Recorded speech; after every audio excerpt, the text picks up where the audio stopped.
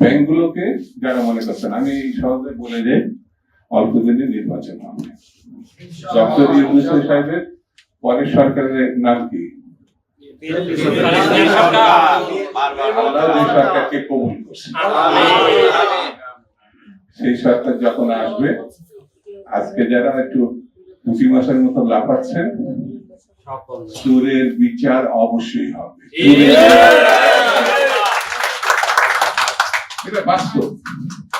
আজকে আমাদের কিছু কিছু মানুষ তাদের হয়তো ওই দায়িত্ব দিয়েছে, সেই জায়গায় গিয়ে তারা আবুডুবু খাওয়ার মতো অবস্থা।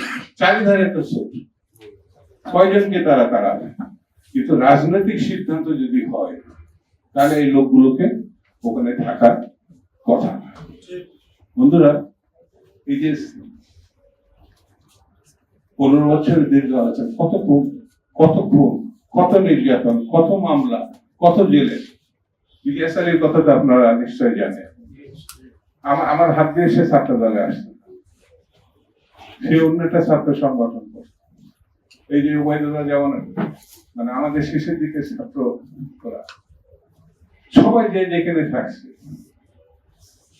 সেখানেই দাঁড়াইছে তারা।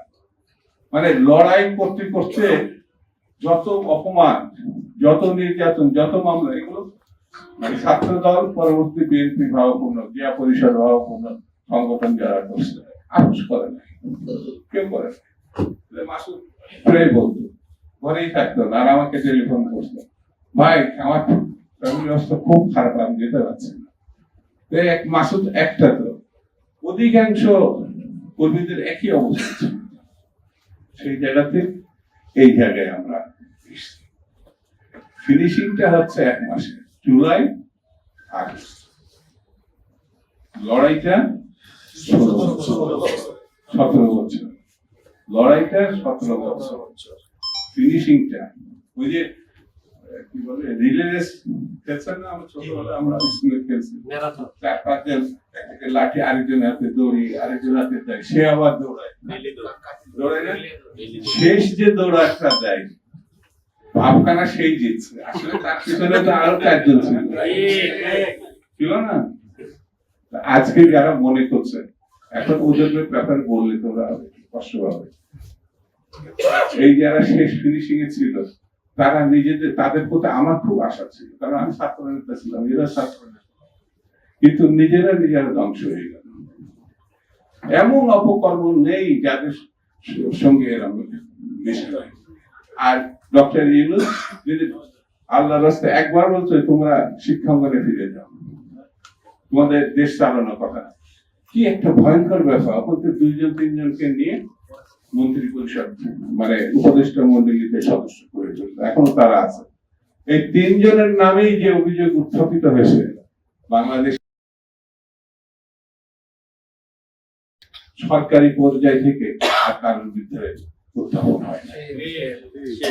তাদের নামে তরুণদের দল, একটা ছেলে খুঁজে পাওয়া কঠিন হবে যাকে যে দাঁড় করিয়ে দিয়ে প্রতিদ্বন্দ্বিতা করে জয়লাভ করে।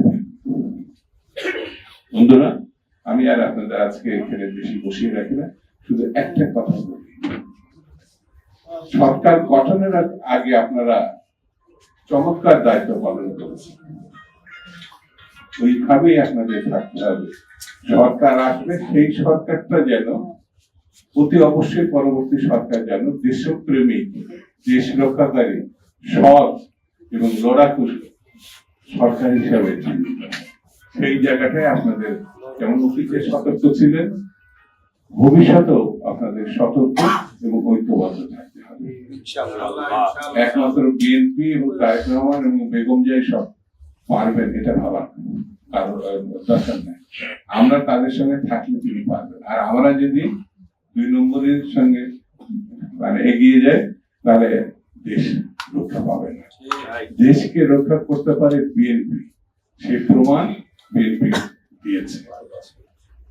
ভবিষ্যতেও এই দেশকে বিএনপি রক্ষা করতে পারবে, এটা আমি বিশ্বাস করি। কথা ঠিক আছে? ঠিক আছে? ঠিক আছে? 3বার বললেন কিন্তু। ভালো থাকে, খুদা হাফেজ, বাংলাদেশ জিন্দাবাদ।